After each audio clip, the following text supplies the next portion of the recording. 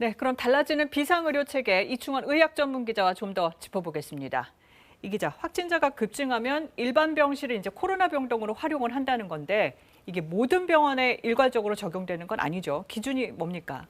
오늘 나온 건 가이드라인이고요. 네. 일단 실제 시행 여부는 병원별로 상황에 맞게 판단하게 됩니다. 네. 아직까지는 병상 여유가 있습니다만 하루 확진자가 10만 명씩 나온다면 오미크론 중증 화율 0.5%를 대입하면 하루 중환자가 500명씩 나오게 됩니다. 이러면 현재 비어있는 중환자 병상 2,000개는 4일이면 차게 되고요. 또 감염병 전담 병상 10,000개도 20일이면 꽉 차게 됩니다.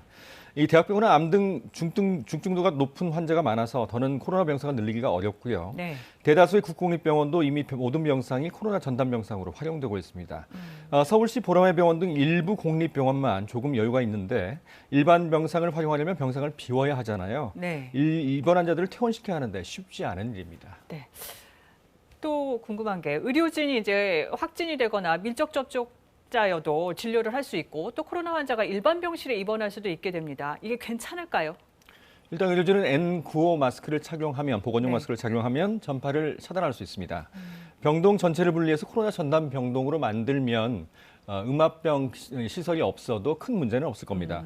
다만 한 병동 내에서 병실만 분리하게 되면 병실 복도를 따라서 전파가 가능합니다. 이 부분도 좀 챙겨야겠네요. 그리고 의료진들 보호 장구는 어떻습니까? 지금보다 가벼워져도 괜찮은 건가요?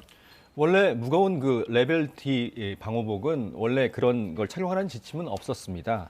레벨 D 방호복은 체액으로 전파가 되는 에볼라 등 중증 그런 감염병에 진료할 때 이제 착용하는 건데요. 코로나 초기에 이제 병의 특성을 잘 모르니까 이 무거운 방호복을 착용한 겁니다. 네. 지금은 의료진의 선택 사항이고요. 감염병 전문가들은 N95 마스크, 그다음 장갑, 방수 가운, 안면 보호구 등 보호 장구 4종으로 충분하다고 얘기하고 있습니다. 네. 이번에는 이제 집에서 치료하는 경우 궁금한 점입니다. 일반 환자들은 이제 재택 치료 키트도 안 받는데 대비해서 뭘 준비하면 좋을까요? 아세트아민오펜 많이 들어보셨죠? 네. 그 타이레놀 같은 거 또는 이부프로펜 등의 해열제하고 해열제. 체온계가 있으면 되겠습니다. 네. 어린이 확진자는 실험용, 그러니까 브루펜 시럽 같은 게 있으면 좋겠죠. 산소 포화도 측정기는 고위험군만 필요합니다. 우리가 보통 병원에 입원했을 때 입원 환자들 중에서 심폐에 문제가 있는 분들만 이 산소 포화도를 측정하거든요. 건강한 사람은 필요가 없습니다. 필요 없고, 네. 다만 혹시 조금이라도 숨이 차는 증상이 나타난다. 그러면 지체하지 않고 병원에 연락해서 비대면 진료, 전화 진료를 좀 받아야 될 것 같습니다. 네. 여기서 정리하죠. 이충원 기자 잘 들었습니다.